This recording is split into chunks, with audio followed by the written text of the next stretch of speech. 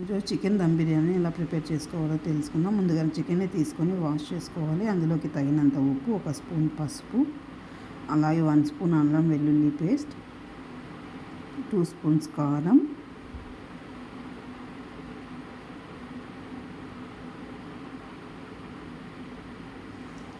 Biryani masala powder 2 spoons, 2 spoons curd,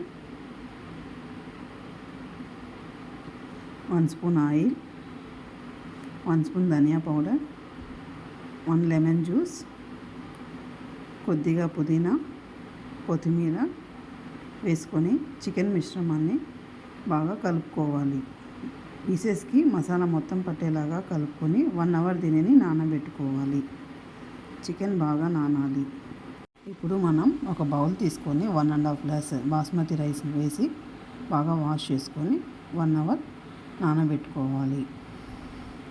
ఇప్పుడు ఒక bowl తీసుకొని అందులోకి ఆయిల్ వేసి ఆనియన్స్ని బాగా బ్రౌన్ కలర్ వచ్చేంత వరకు ఫ్రై చేసుకోవాలి. అదే ఆయిల్లో బిర్యానీ మసాలాలు, చెక్క, లవంగాలు, బిర్యానీ ఆకు వేసుకుని బిర్యానీ మసాలాలన్నీ వేసి వేయించుకోవాలి. వేగిన ఆయిల్లోకి చికెన్ ముక్కల్ని వేసి చిన్నగా పెట్టుకొని ఉడికించుకోవాలి.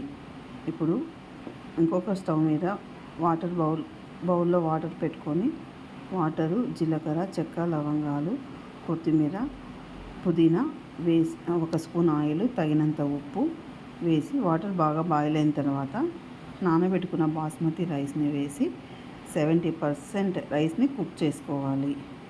ఇప్పుడు ఇంకొక స్టవ్ మీద ఉన్న చికెన్ బాయిల్ అవుతుంది 70%. అందులోకి వేయించుకున్న ఆనియన్స్ని వేసి బాగా కలుపుకోవాలి. ఇప్పుడు మనకి చికెన్ 70% కుక్ అయిన తర్వాత 70% బాయిల్ చేసుకున్న బాస్మతి రైస్ని వేసుకోవాలి. ఇందాక మనము చికెన్ బాయిల్ అయ్యేటప్పుడు చికెన్ గ్రేవీని కొంచెం పక్కన ఉంచుకున్నాము. ఇప్పుడు కొంచెం 50% రైస్ని ఇందులో వేసిన తర్వాత చికెన్ గ్రేవీని దీని మీద వేసుకోవాలి. మిగిలిన రైస్ని కూడా వేసుకున్న గ్రేవీ మీదకు మిగిలిన రైస్ని వేయాలి.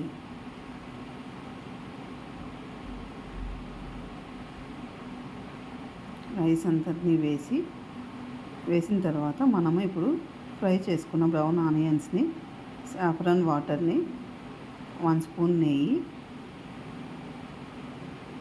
కొద్దిగా పుదీనా, కొత్తిమీర వేసుకొని 10 to 15 మినిట్స్ మీడియం ఫ్లేమ్లో కుక్ చేసుకోవాలి. ఇప్పుడు స్టవ్ ఆఫ్ చేసి మనం ప్రిపేర్ చేసిన టేస్టీ దమ్ బిర్యానీ రెడీ అయింది. చూడండి ఎంత కలర్ఫుల్గా ఉందో చూడడానికి. తినడానికి కూడా యమ్మీ అండ్ టేస్టీగా ఉంటుంది. ఒకసారి మీరు కూడా ట్రై చేయండి. Thank you.